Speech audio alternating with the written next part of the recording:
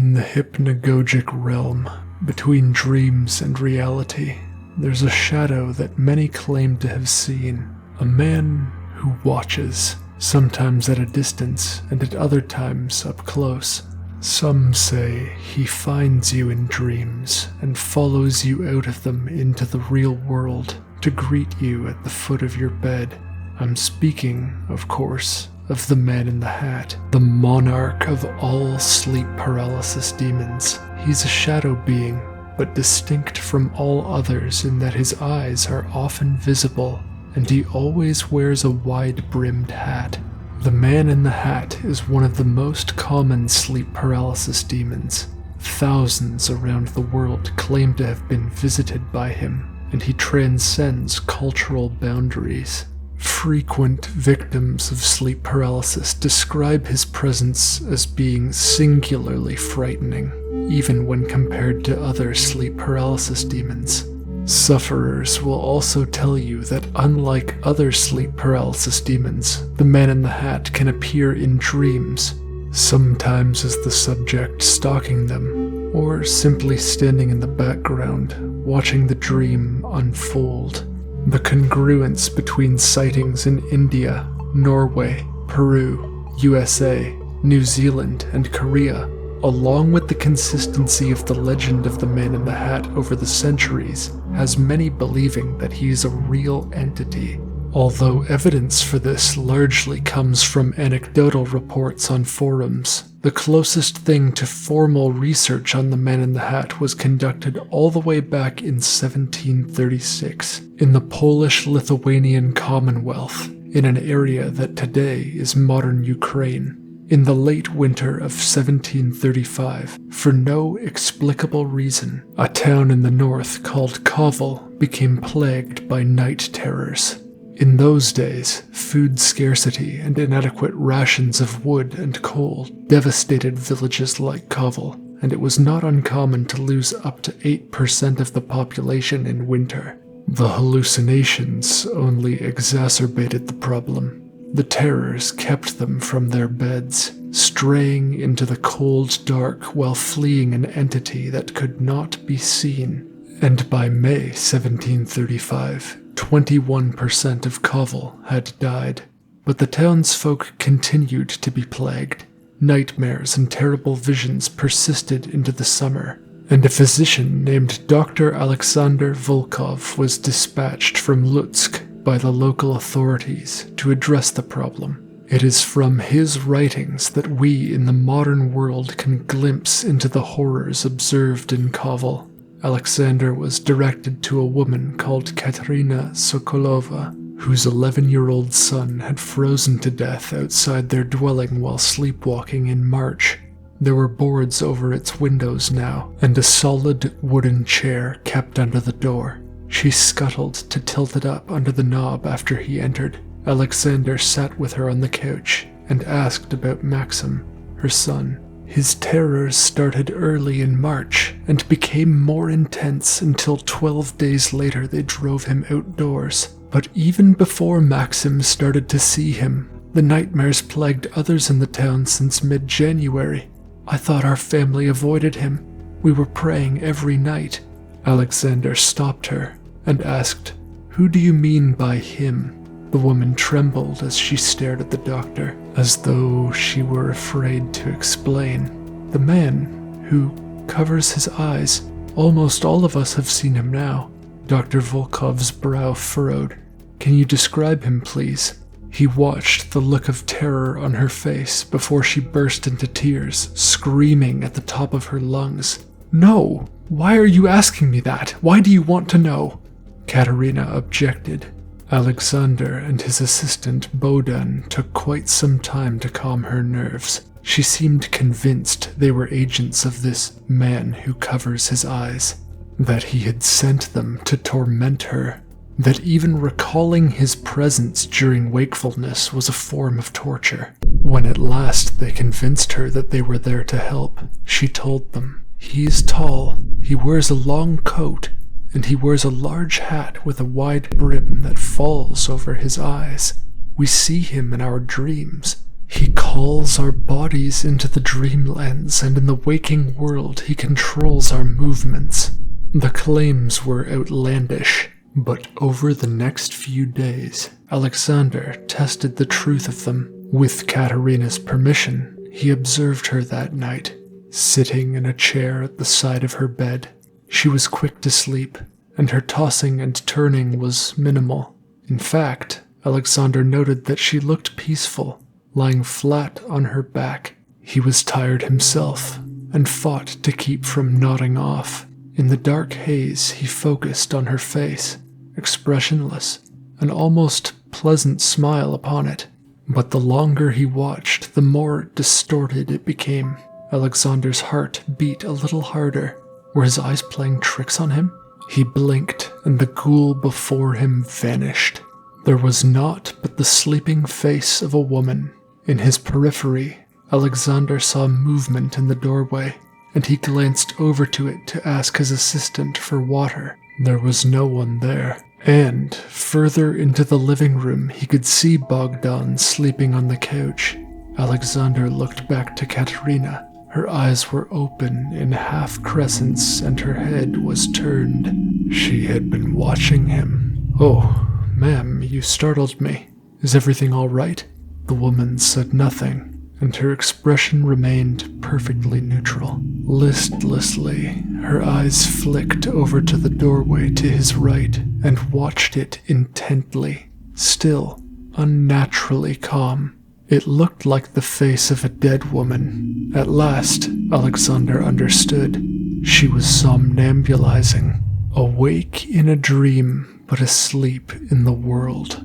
Katerina's eyes flicked back to the doctor, and he again became uneasy as he wondered what she might be seeing. She did not look afraid. Did she see him? Truly? And what had she seen in the doorway? Alexander broke eye contact to slowly look toward it when Katerina suddenly sat upright in bed, her arms at her sides, perfectly vertical and still watching him. He rose to his feet, breathing harder. "Are you feeling all right, Katerina?"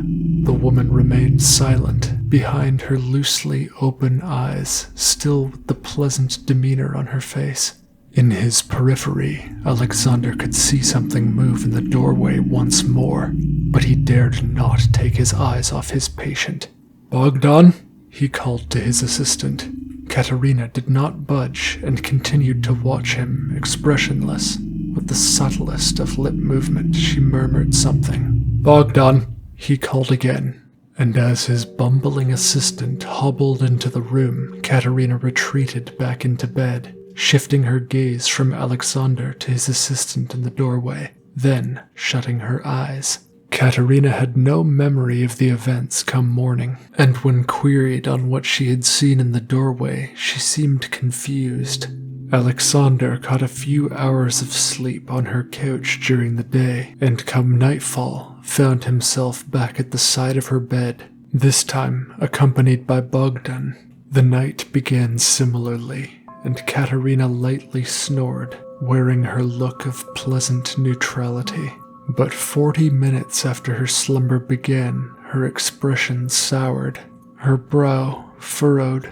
Alexander moved closer to see her corneas moving under the thin skin of her eyelids. Her teeth were grinding. She was whimpering. "No, give him back to me, give him back to me." She was murmuring something inaudibly, but her arms still lay tight at her sides. Alexander felt uneasy, but he did his duty. He needed to find out what she was murmuring. The doctor rose to his feet and drew closer to her, bringing his ear to hover just over her lips.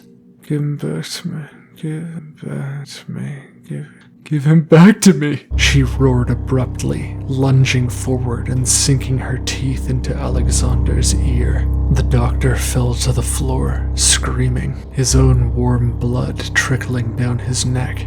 Bogdan rushed to attend to him, applying first aid to the wound, and in the commotion, Katerina had fled. She glided silently out of bed as he lay in his crumpled panic and ventured past them as she moved toward the door. "Katerina, wait!" Alexander called, pushing his assistant off him and staggering onto his feet.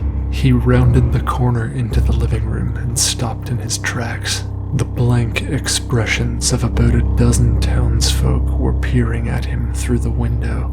Katerina was approaching the front door and turned to smirk at him as she moved her hand towards the bolt. It dawned on Dr. Volkov that his life was in danger, and he lunged to stop her just before she could unlock the door. Bogdan ran into the living room and assisted Dr. Volkov in pinning Katerina to the ground.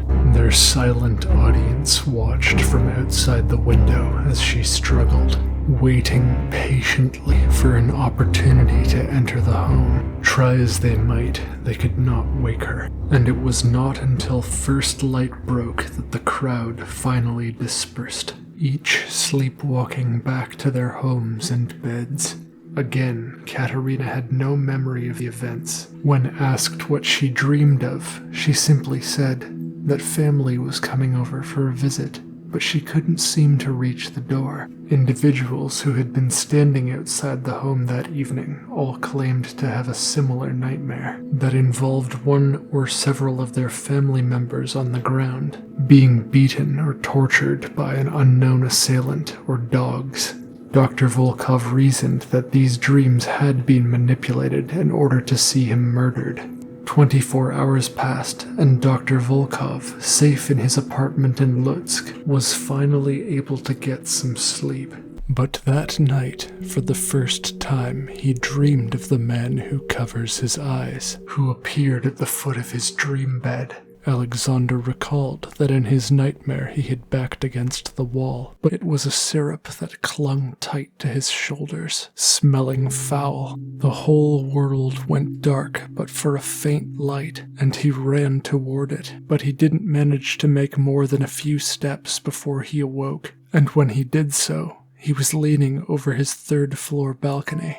In his last diary entry, after recalling this nightmare, Dr. Volkov made an observation about the man in the hat, which is still the subject of much scholarly discussion today. The shape of the hat man's grinning jaw, and the way its wide brim covered its eyes, reminded Dr. Volkov of an entity he'd learned of in school. An ancient Sumerian god known as the Blind Whisperer. The god was often depicted as a monk with paper-thin skin, only just covering his bones.